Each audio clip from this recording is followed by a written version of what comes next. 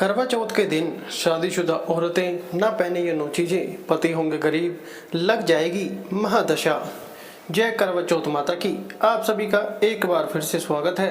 दोस्तों, कई वर्षों बाद फिर से एक दिव्य, दुर्लभ और अद्भुत संयोग साल 2024 में करवा चौथ के दिन बनने जा रहा है।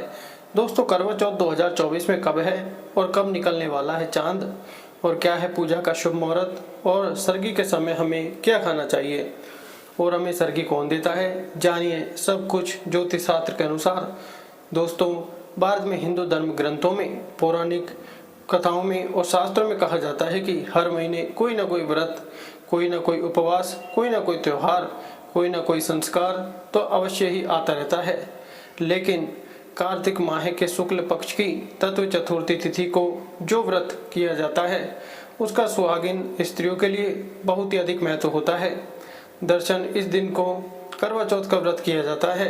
दोस्तों, अगर जिस महिला की शादी हो गई हो तो ऐसे में अगर आपका पति भी इन 3 चीज़ों को पहनने के लिए आपको कहता है तो आप स्पष्ट रूप से मना कर दीजिएगा। उससे पहले दोस्तों, जान लेते हैं करवा चौथ का सही मुहूर्त और करवा चौथ की सही तारीख के बारे में। दोस्तों, साल 2024 में इस बार करवा चौथ अक्टूबर के महीने में, यानी कि वैदिक पंचांग के अनुसार कार्तिक मास के कृष्ण पक्ष की चतुर्थी तिथि रविवार 20 अक्टूबर को भारतीय समय अनुसार सुबह 6:46 पर शुरू होगी। वहीं इस तिथि का समापन 21 अक्टूबर को सुबह 4:16 पर होगा। सनातन धर्म में सूर्योदय से तिथि की गणना की जाती है, अतः 20 अक्टूबर को करवा चौथ है। कार्तिक मास के कृष्ण पक्ष की चतुर्थी तिथि यानी करवा चौथ के दिन पूजा का शुभ समय शाम 5:46 से लेकर 7:02 तक है।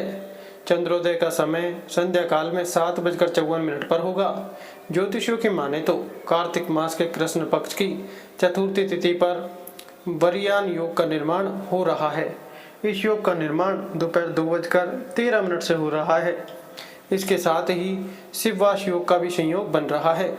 करवा चौथ के दिन व्रत रखने के साथ साथ भगवान शिव, माता पार्वती, देवी करवा और भगवान गणेश जी की उपासना की जाती है। इसी के साथ संध्या काल में चंद्रदेव की पूजा और उन्हें पानी से अर्घ्य दिया जाता है, जिसके बाद छलनी से चांद और फिर पति को देखा जाता है। इसके बाद पति के हाथों से जल ग्रहण करके महिला अपना व्रत खोलती है। इस तिथि पर देवों के देव महादेव कैलाश पर विराजमान रहेंगे। इस दौरान पूजा पाठ करने से व्रती को दोगुना फल प्राप्त होगा। दोस्तों, एक शादीशुदा महिला को भूलकर भी इन चीज़ों को कभी भी करवा चौथ के दिन नहीं पहनना चाहिए, नहीं तो आप अपने पति की मृत्यु का कारण भी बन जाओगी। आज हम महिलाओं से संबंधित खुल्लम खुल्ला साफ 8 से 10 बिंदु बताने वाले हैं, जो कि हर पति पत्नी को एक बार तो अवश्य ही देख लेने चाहिए। शादी हो जाने के बाद पति पत्नी एक दूसरे के लिए 7 जन्मों तक बंध जाते हैं। पति पत्नी शादी हो जाने के बाद अपनी जवानी को ठंडा करने के लिए संभोग करते हैं, परंतु कई महिलाएं नए रिश्ता, नई जवानी में पति के द्वारा कई ऐसी चीज़ें लाई जाती हैं और पत्नी के लिए, जो कि पत्नी गलती से उन चीज़ों को बड़ी ही आसानी से पहन लेती हैं और अपने पति को बिल्कुल भी मना नहीं करती हैं। उसे उस समय पत्नी को पता नहीं होता है कि इन 3 चीज़ों को पहनने से पति की मृत्यु बहुत ही जल्दी हो जाती है। आज यह वीडियो पति पत्नी को बड़े ही ध्यानपूर्वक देख लेनी चाहिए। आपको बता दें कि आज की इस वीडियो में और आज के इस आधुनिक दौर में शादीशुदा महिलाएं कई ऐसी चीज़ों को पहन लेती हैं जिसके कारण उन्हें बहुत सारी परेशानी का सामना करना पड़ता है। यहाँ तक कि शास्त्रों में यह भी स्पष्ट रूप से लिखा हुआ है कि कुछ भी पहन लिया जाए, ऐसे में उनके जीवन पर नकारात्मक प्रभाव पड़ता है। यहाँ तक कि परिवार, रिश्ते और पति की जान को खतरा भी हो सकता है। तो ऐसे में हम जानेंगे कि आखिर में 3 चीज़ कौन सी होती है जो महिलाओं को कभी भी भूल कर भी नहीं पहननी चाहिए।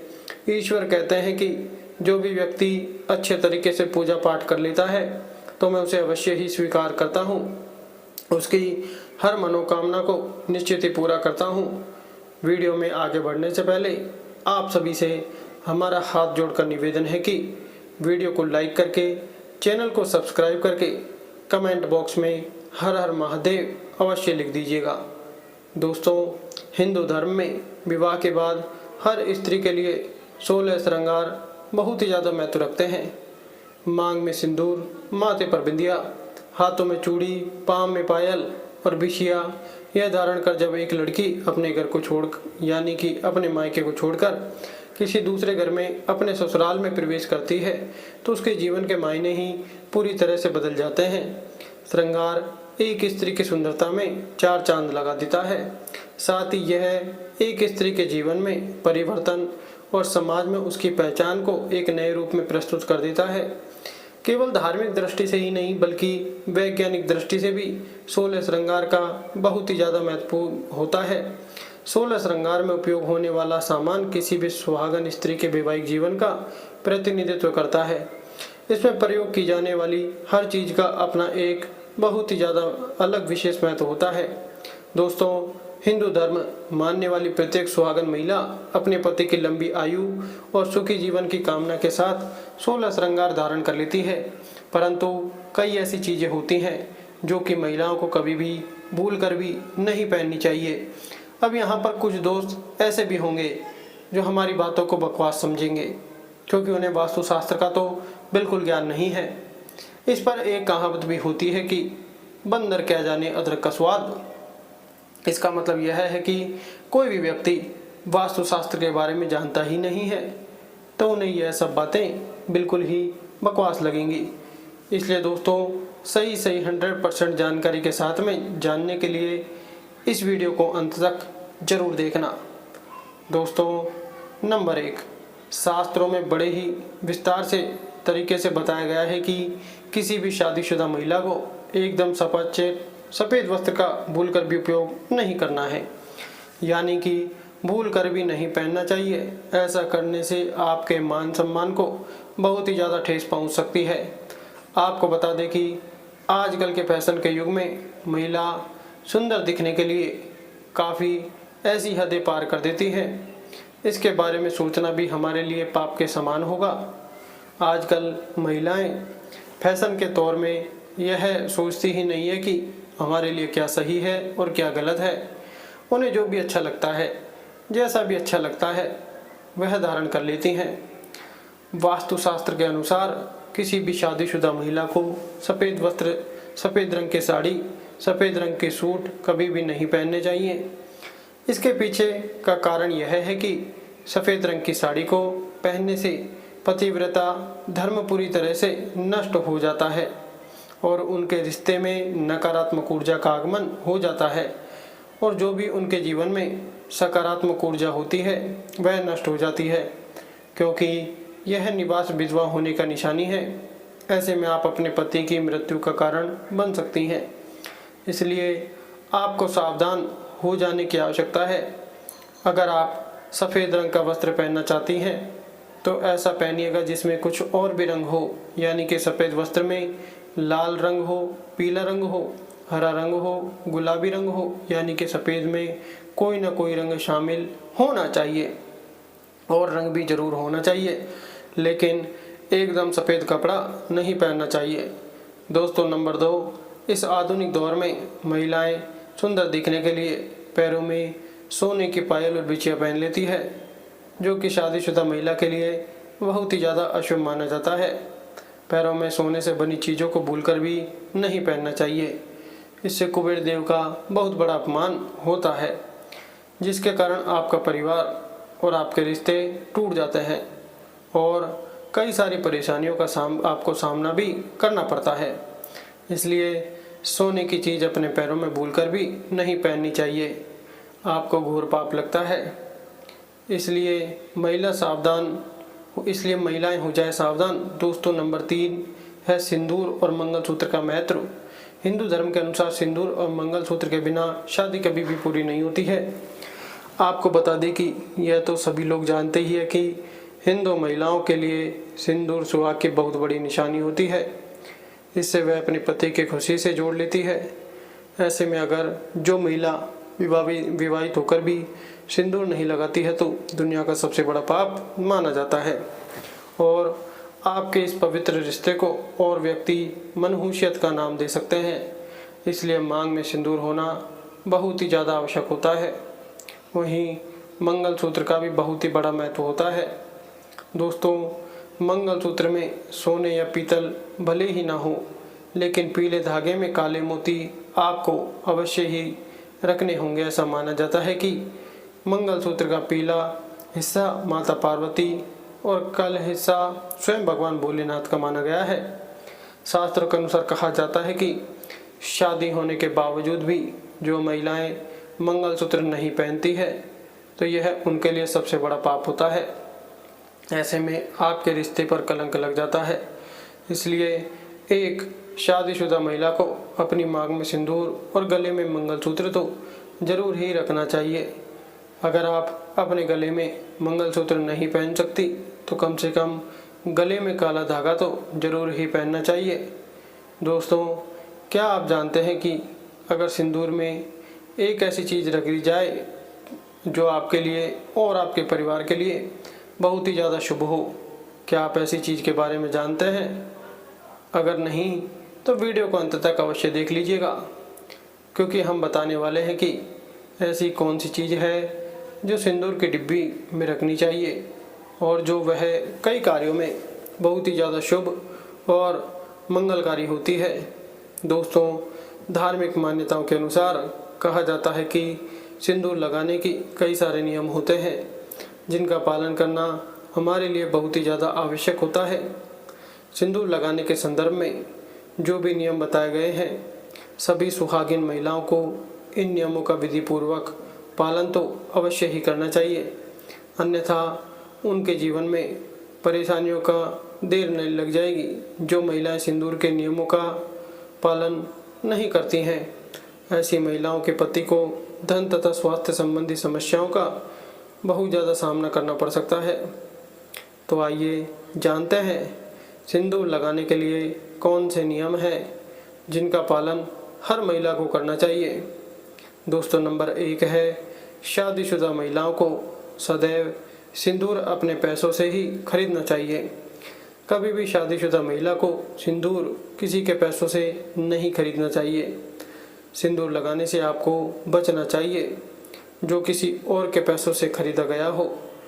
दोस्तों, नंबर 2, चाहे कितनी ही बड़ी आपकी मजबूरी क्यों ना हो, लेकिन शादीशुदा महिला को किसी दूसरी महिला के सिंदूर को अपनी मांग में नहीं भरना है। अगर आप किसी दूसरे महिला के सिंदूर को अपने मांग में भरेंगे तो यह बहुत ही ज़्यादा अशुभ होता है। ऐसा करने वाली महिलाओं के पति को सदैव धन से संबंधित समस्याओं का सामना करना पड़ता है।